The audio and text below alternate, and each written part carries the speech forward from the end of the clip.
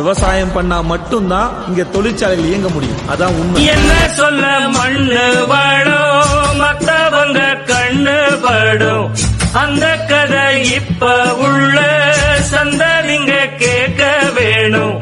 நம்முயிருக்கு மேலே மானம் அறியாது மானம் இழந்தாலே வாழ தெரியாதே பெருசெல்லாம் சொன்னாங்க.